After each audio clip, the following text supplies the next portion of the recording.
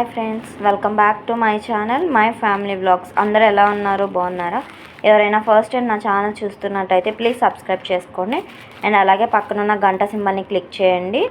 All అనే దాని మీద క్లిక్ చేస్తే నేను పెట్టే ప్రతి వీడియో మీకు నోటిఫికేషన్గా వస్తుంది. సో ఇప్పుడైతే ప్రాసెస్లోకి వెళ్ళిపోదాము. ఇవాళ వీడియో వచ్చేసి నేను ప్లెయిన్ బిర్యానీ చేస్తున్నాను. ఇది ఎలాగా ఏంటి అనేది వీడియో ఎండ్ వరకు చూసేయండి, మీకు క్లియర్గా అర్థమవుతుంది. బిర్యానీ ప్రాసెస్ స్టార్ట్ చేసి ఒక హాఫ్ అన్ అవర్ ముందు బిర్యానీ రైస్ తీసుకొని, నేను బాస్మతి రైస్ తీసుకున్నాను. మీరు నార్మల్ రైస్తో కూడా చేసుకోవచ్చు.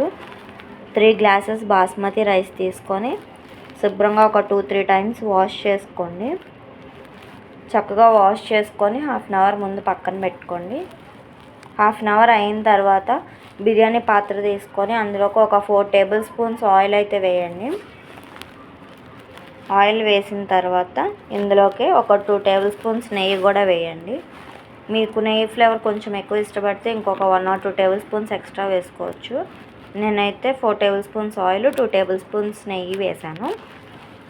అది కొంచెం హీట్ అయిన తర్వాత ఇందులోకి హోల్ గరం మసాలా యాడ్ చేసుకోండి. బిర్యానీ ఆకు, చెక్క, లవంగా, షాజీరా వేసాను. అండ్ అందులో వచ్చిన టేస్టింగ్ సాల్ట్ కొంచెం వరకు వేసాను. నేను ఇంకా ఎక్స్ట్రాగా టేస్టింగ్ సాల్ట్ అయితే వేయట్లేదు. మీకు ఇష్టం లేకపోతే టేస్టింగ్ సాల్ట్ అనేది స్కిప్ చేసేసుకోవచ్చు. అవి కొంచెం ఫ్రై అయిన తర్వాత ఇందులోకి ఒక ఉల్లిపాయ, ఒక టమాటా, కొంచెం క్యారెట్ వేసుకోండి. ఇవి కొంచెం ఫ్రై అవ్వాలి, మెత్తగా మగ్గే వరకు మగ్గించుకోండి. ఎవరైనా ఫస్ట్ టైం నా ఛానల్ చూస్తున్నట్టయితే ప్లీజ్ సబ్స్క్రైబ్ చేయండి ఫ్రెండ్స్. అండ్ ఈ వీడియోకి అయితే ఒక లైక్ అనేది ఇవ్వండి. నాకు ఇది కొంతమందికి చేరి నాకు కొంచెం సపోర్టివ్గా ఉంటుంది. అవి కొంచెం ఫ్రై అయిన తర్వాత 2.5 టేబుల్ స్పూన్స్ అల్లం వెల్లుల్లిపాయ పేస్ట్ అయితే యాడ్ చేశాను. మీరు బిర్యానీ క్వాంటిటీ బట్టి అల్లం వెల్లుల్లి పేస్ట్ కూడా యాడ్ చేసుకోండి, మరీ ఎక్కువైనా బాగోదు.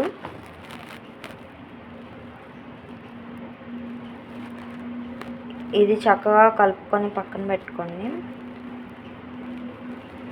మొత్తం కలిసేలా కలుపుకోవాలి.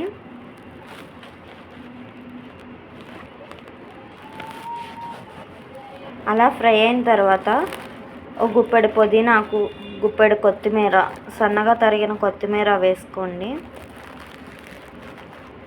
వేసుకొని బాగా కలుపుకోవాలి. దీనికి మసాలా మొత్తం పట్టేదాకా చక్కగా ఫ్రై చేసుకోవాలి. వీడియో స్కిప్ చేయకుండా ఎండ్ వరకు చూడండి ఫ్రెండ్స్, మొత్తం ప్రాసెస్ అనేది అర్థమవుతుంది.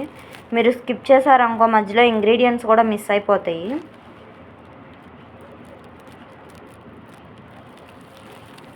ఇలా చక్కగా కలుపుకున్న తర్వాత మూత పెట్టేసి ఒక 5 to 10 minutes వరకు మగ్గపెట్టుకోండి. అది చక్కగా మెత్తగా సాఫ్ట్గా అవుతుంది మొత్తం. చూసారు కదా, ఇలా కుక్ అవ్వాలి.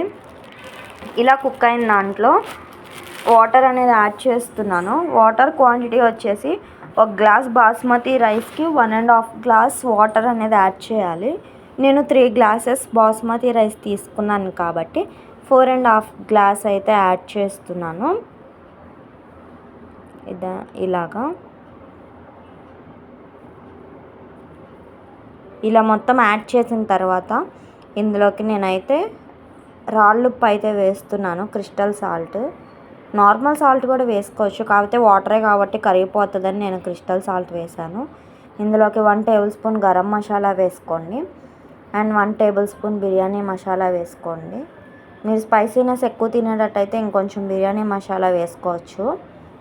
మేము తక్కువ తింటాము, అందుకని నేను 1 టేబుల్ స్పూనే యాడ్ చేశాను. ఇది చక్కగా కలుపుకొని మూత పెట్టుకోండి.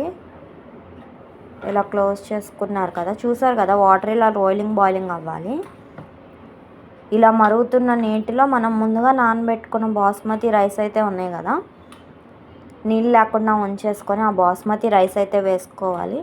మీరు నీళ్ళతో వేసుకోవద్దు. నీళ్ళతో వేసుకుంటే ఆ వాటర్ ఈ వాటర్ క్వాంటిటీ ఎక్కువైపోయి మీకు అన్నం అనేది మెత్తగా వచ్చేస్తుంది.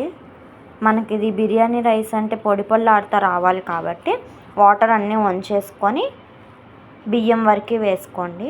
వేసుకున్న తర్వాత ఇలా చక్కగా కలుపుకోండి. ఇలా కలుపుకున్న తర్వాత మూత పెట్టుకొని మొత్తం దగ్గర పడేదాకా మగ్గబెట్టుకోండి. చూసారు కదా ఎంత పొడి పొడిగా చక్కగా బారుగా వచ్చిందో మెతుకు అనేది. బాగా కలపొద్దు, ఆ మెతుకు అనేది విరిగిపోతుంది.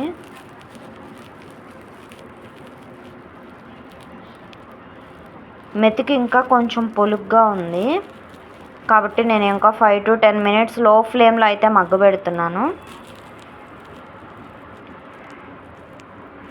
ఇప్పుడు దీనిపైన కొంచెం బ్రౌన్ ఆనియన్,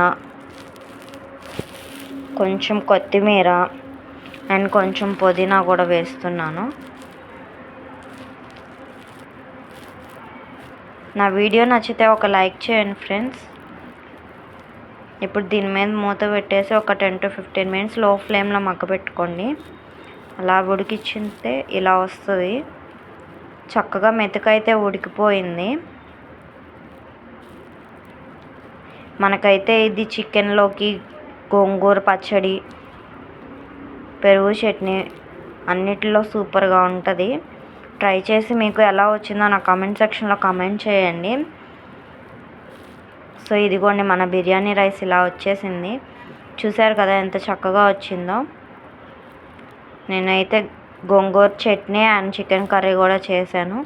ఎవరికైనా కావాలంటే నా కామెంట్ సెక్షన్లో కామెంట్ చేయండి, నేను వీడియో పోస్ట్ చేస్తాను. Thanks for watching. బాయ్.